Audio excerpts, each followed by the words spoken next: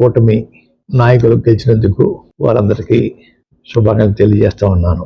గతంలో పవన్ కళ్యాణ్ గారి గురించి నేను ఒక సవాలు విసిరానండి.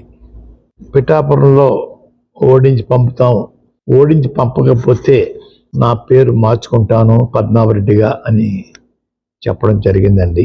ఓటమి చెందాను. అన్న మాట ప్రకారంగా నా పేరు పద్మనాభరెడ్డిగా మార్చమని చెప్పేసి గెజిట్ పబ్లికేషన్ కోసం పేపర్స్ అన్నీ రెడీ చేసుకున్నానండి. రేపు ఇంట్లో పూర్తిగా నింపి పేరు మార్పు కోసం దరఖాస్తు చేస్తానండి.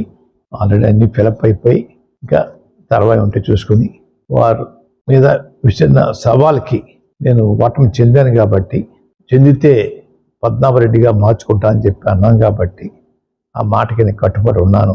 అయ్యా ఆ ప్రకారంగా పద్మనాభరెడ్డిగా మార్చమని గెజిట్ పబ్లికేషన్లో ఎంటర్ చేయమని అడుగుతానండి.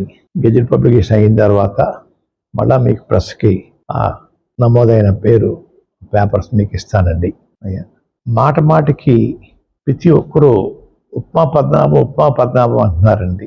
అంటే నేను ఉప్మా కాఫీ మర్యాద చేయటం తప్పన్నట్టుగా, లేదంటే చాలా చీప్గా వారి దృష్టిలో ఉందో నాకు తెలియట్లేదు. ఉప్మా పద్మనాభం అనే వారిని నేను మీరు ఎవరైతే ప్రేమిస్తున్నారో వారి చేత రోజు పలావులు పెట్టించండి.